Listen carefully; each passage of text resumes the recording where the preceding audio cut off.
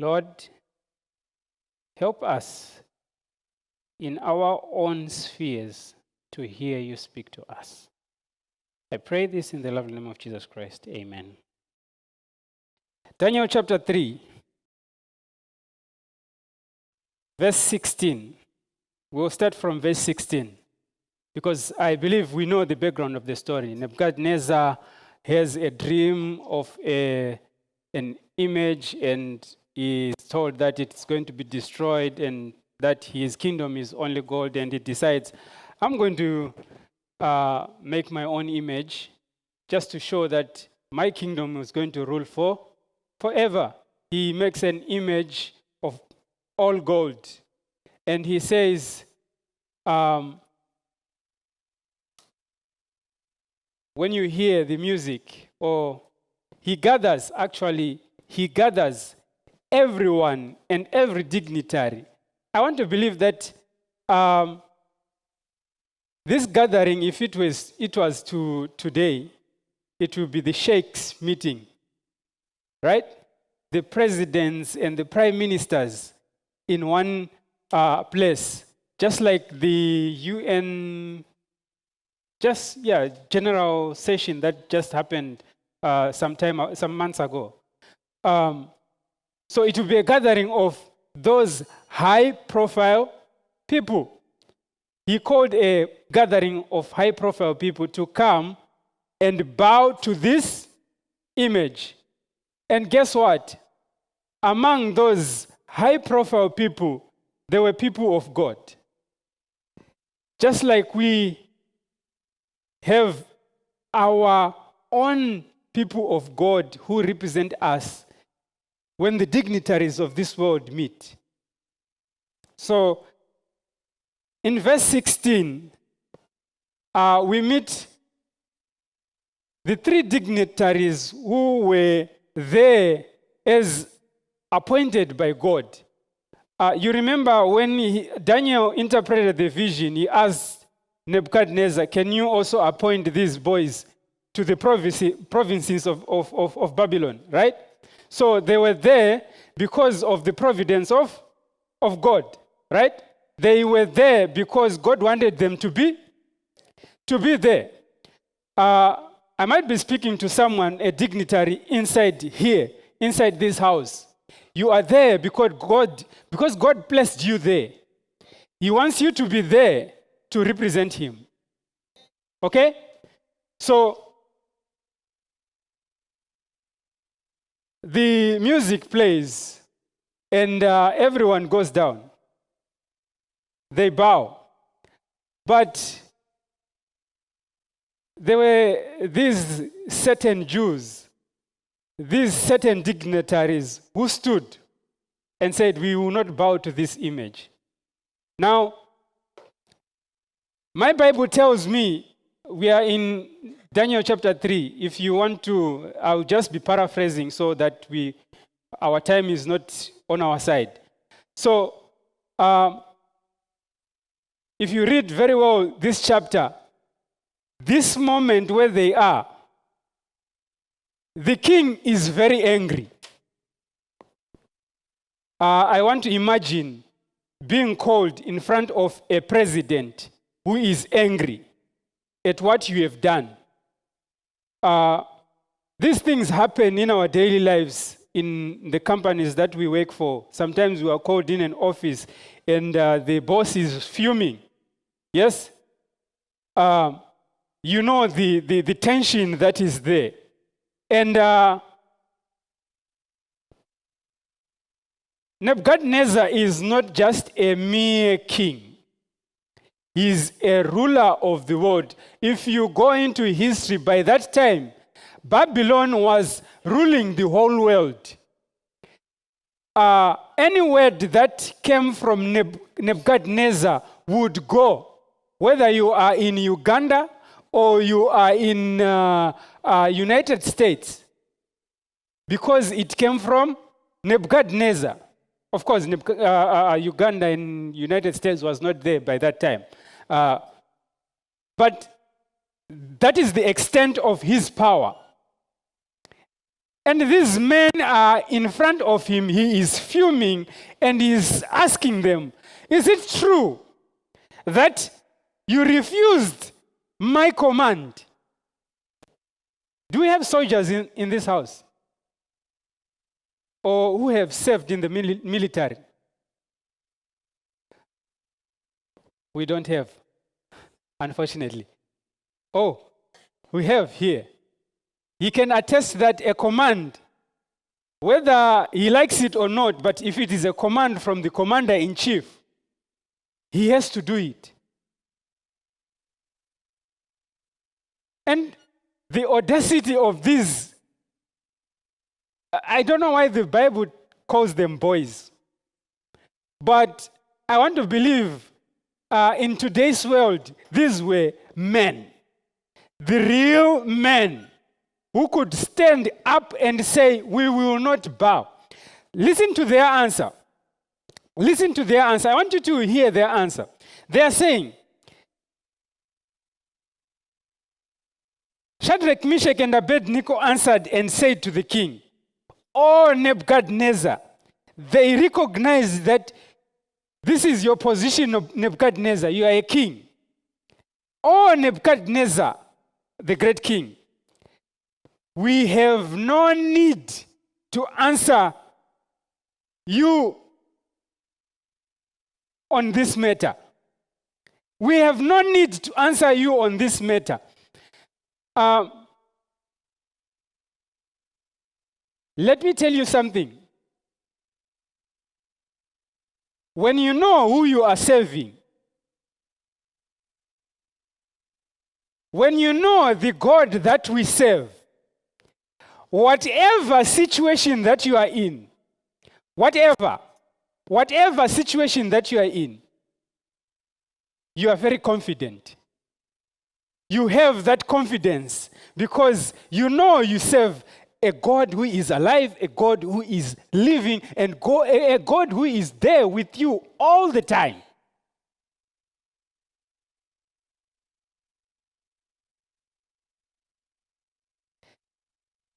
They say,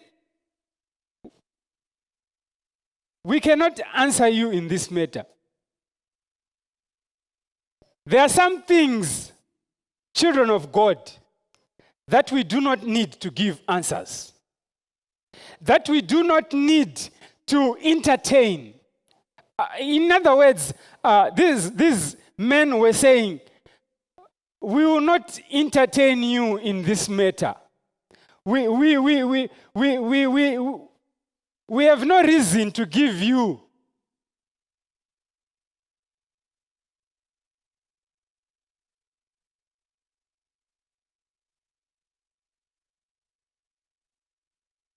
Verse 17, it says, because Nebuchadnezzar had this tendency of threatening people, you know. I missed one point. Nebuchadnezzar, some time ago, acknowledged that the God of Daniel is the God of gods and kings. He acknowledged. But acknowledging that there is a God is not enough. You know? He knew that there is this God, but it wasn't that serious to him. That is after the interpretation of his dream. He acknowledged that the God of Daniel is the God of gods and kings. He is the God above all. And he even told people to worship this God. But right now, he has given a command for people to worship another God. And these men are worshippers of the God that he acknowledged before. And so, he is angry and he's threatening these boys and saying, if you don't worship this image, I'm going to throw you in the fire. Now, listen to what these boys say. I want us to go to verse 17. It says, if it If it is so, our God is able, and that He will save us. I don't want us to finish this verse before we understand what these boys were saying.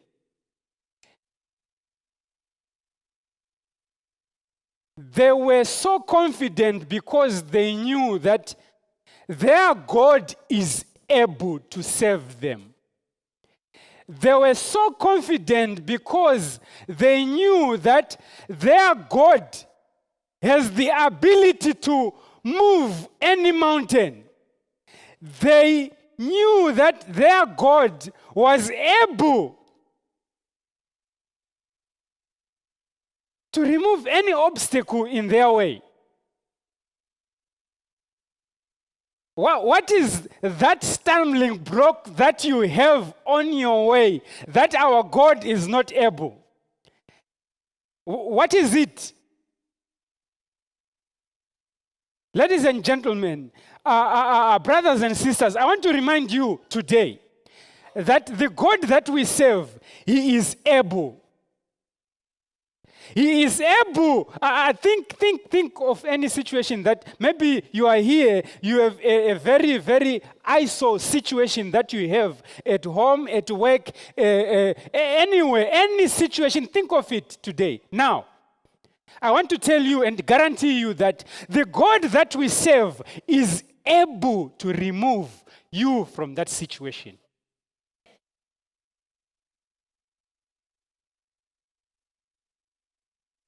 He is able. This is the confidence that they had, that God is able. They knew that God is able. So they went to the king, whether he was furious or not, and they stood in front of him and told them, "We are not careful to answer you in this matter, O king, because we know our God is able to move us from this situation. Our God will save us. Whatever threat that you are going to give us, Nebuchadnezzar, it is a non-entity to the God that we serve. We will not bow to this image. We will not bow to this so-called God of yours. We have our own God who is able to save us."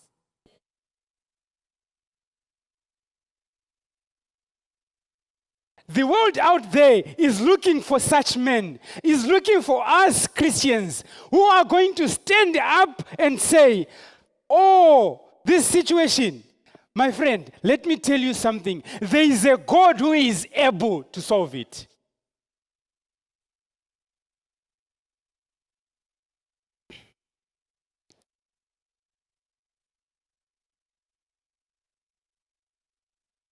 I'm a software developer. I develop softwares. I write code. Sometimes it doesn't work. I want to tell you that when code doesn't work, if you pray to God, your code will work.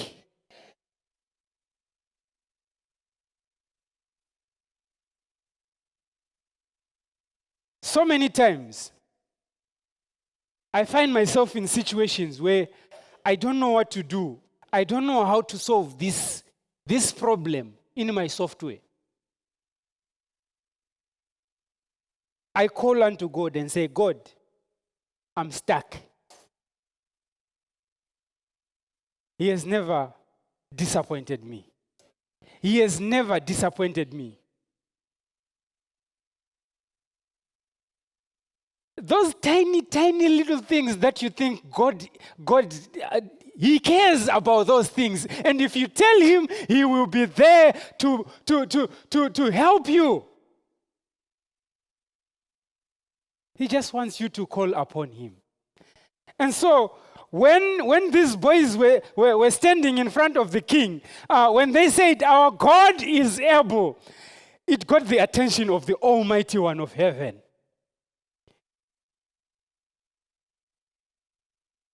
They didn't just stop there. It is not that they knew that their God is able, that they refused to bow to this image. It's not only that, but they knew that God had put them in this situation for a reason. They knew that God had put them in this situation because He wanted to show His glory. He wanted someone to stand up for Him. And they said, God, we are here to stand up for you. They stood up for God and they said, O King, we're not careful in answering in this matter. Our God whom we serve, He is able to save us and He will save us. But if not,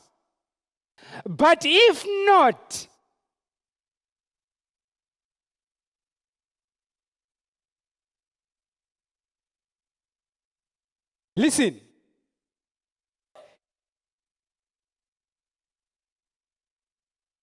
they knew that God could choose not to answer them. They knew that God, by the way, our sermon title is Let Go and Let God.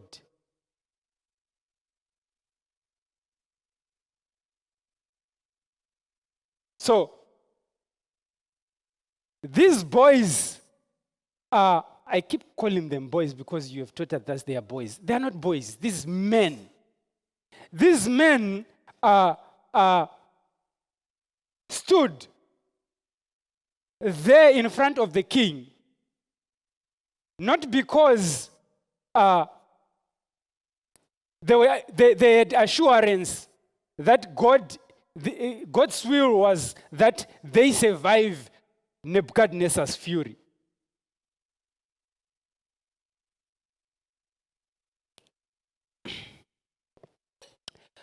God does not work according to our will or our wishes or our wants, but he works according to His will. So, I gave you a guarantee that God is able to remove you from that situation, that ISO situation that you are in. I gave you a guarantee that God is able. I said He's able. But whether you remove you from that situation is not up to you. It's not up to how many times you pray to Him. It's not up to how many times you fast. No. If He deems it necessary for you to be out of that situation, He will. So, these men are standing in front of Nebuchadnezzar. They are telling him that we are not going to bow. Our God is able to save us. He will save us. But if not, if He doesn't save us, we are still not going to bow. The results of their standing for God did not matter. What mattered to them was that they stood for God.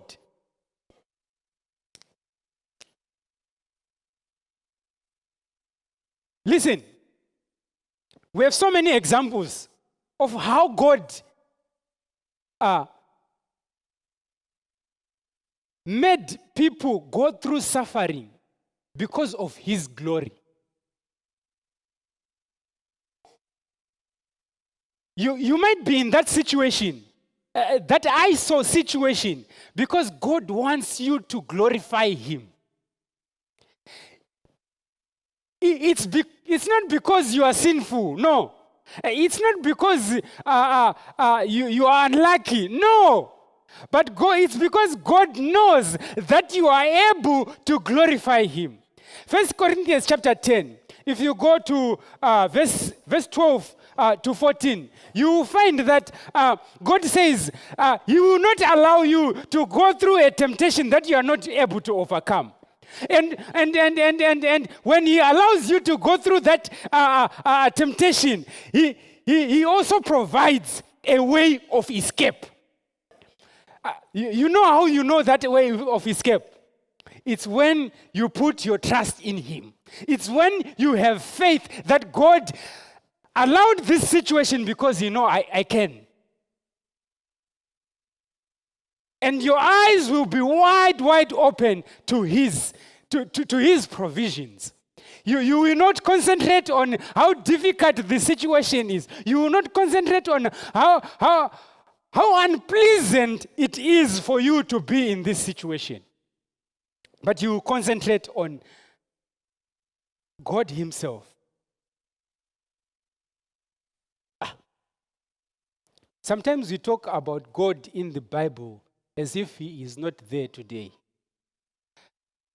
This God that we are talking about, who stood for Shadrach, Meshach, and Abednego, is still alive. He is still there. If you call him today, he'll be right there with you. Because he has promised. Remember, he promised the Messiah.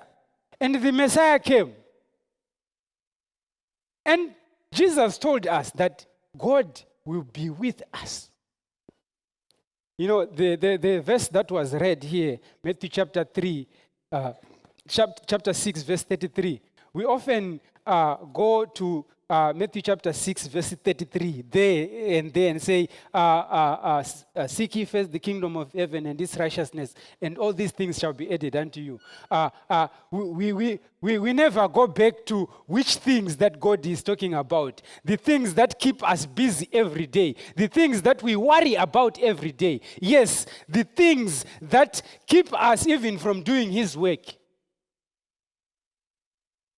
Our God is still alive. And he wants us out there to stand up for him.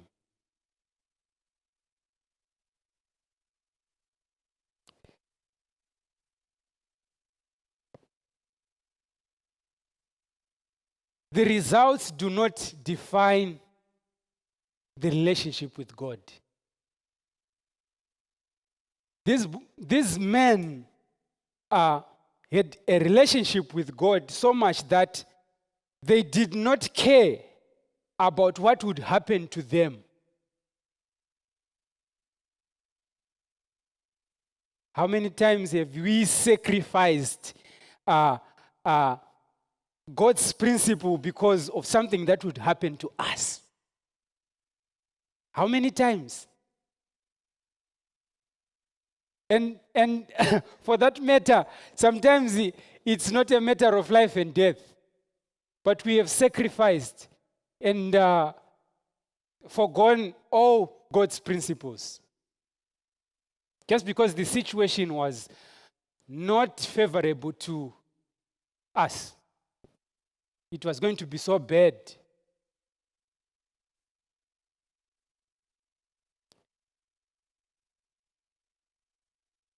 Standing up for God means you letting go and let God decide for you whether he wants you in this situation or not.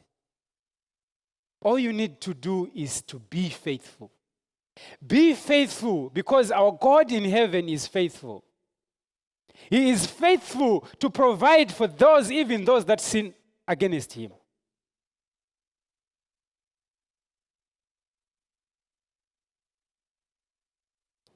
It so happens that Nebuchadnezzar takes the boys and throws them into the fire. Before he throws them in the fire, he hit the fire 7 times. That's how angry he was. He said, "You do not respect me. You boys do not respect me.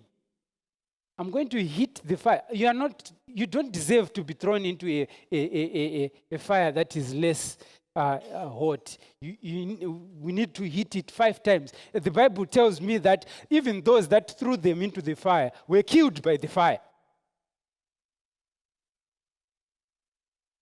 But lo and behold, when they were thrown in the fire, Nebuchadnezzar from afar, I want to believe that he was, because the fire was 7 times hot, let's say at the back there it was even closer.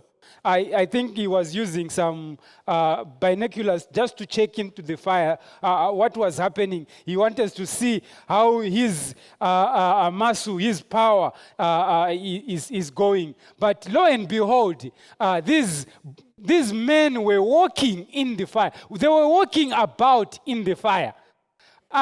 They were not just standing or sleeping. No, they were walking about in the fire. When Nebuchadnezzar says it, he says, men, didn't we throw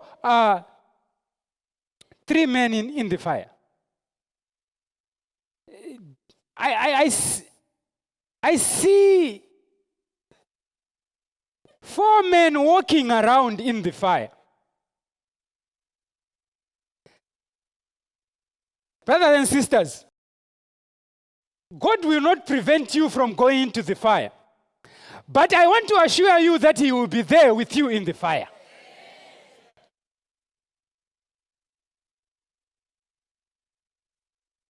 Nebuchadnezzar says, I see one like the Son of God with them.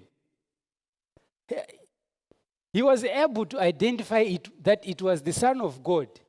I remember I told you that some time ago he acknowledged that the God of heaven is the... Nebuchadnezzar knew about God, but decided to just like we know about God, but decide sometimes to go against His principle. We know how great our God. Remember, he hit this fire 7 times. So there was no need for him to check if people were burnt. But he knew that there is a God in heaven. And so he had to check. He was not even sure. I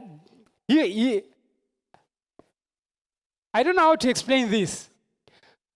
But I want to believe that God will make you understand it in your heart. That when Nebuchadnezzar decided that I should take these binoculars, I don't know if he used binoculars or what, but I should take this and see if they are really bent.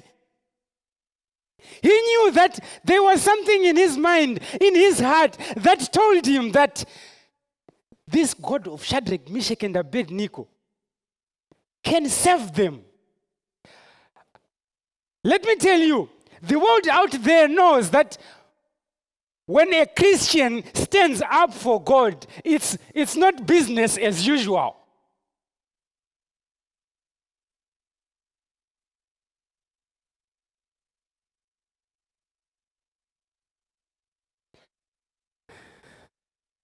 God is there in the fire.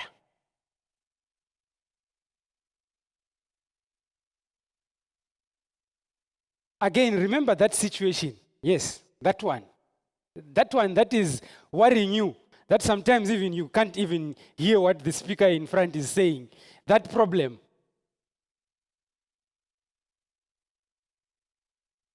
God is there with you in that problem.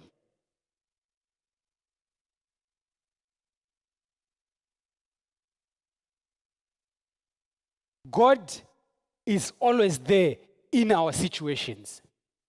We just need to call upon His name. We just need to call His name and say, God, come and save me. Isaiah chapter 43. Go with me to Isaiah chapter 43.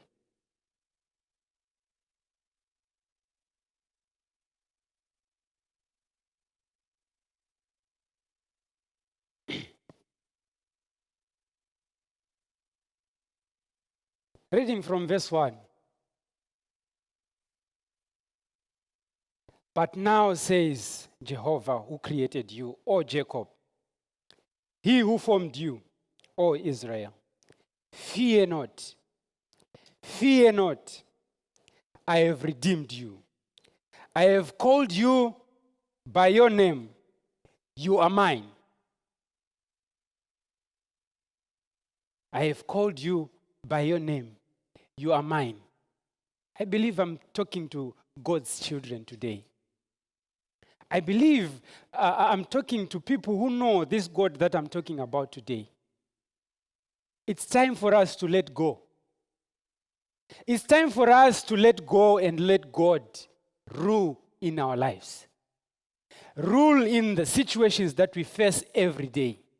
It's time for us to let go and let God be the decider of any situation that we are in. It's time for us to let go and let God be the one living with us, in us, for us. Because he says in verse 2, when you pass through the waters, I will be with you.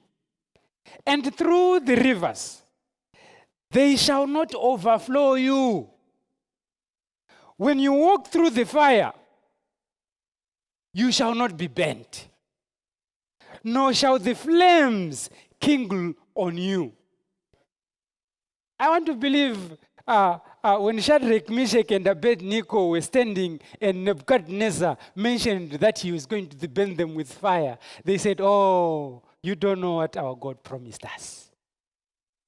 He told us that when the flames, in the flames there, he will be there with us.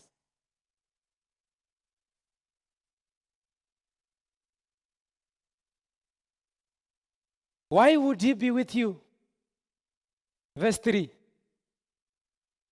For I am Jehovah your God. For I am Jehovah your God.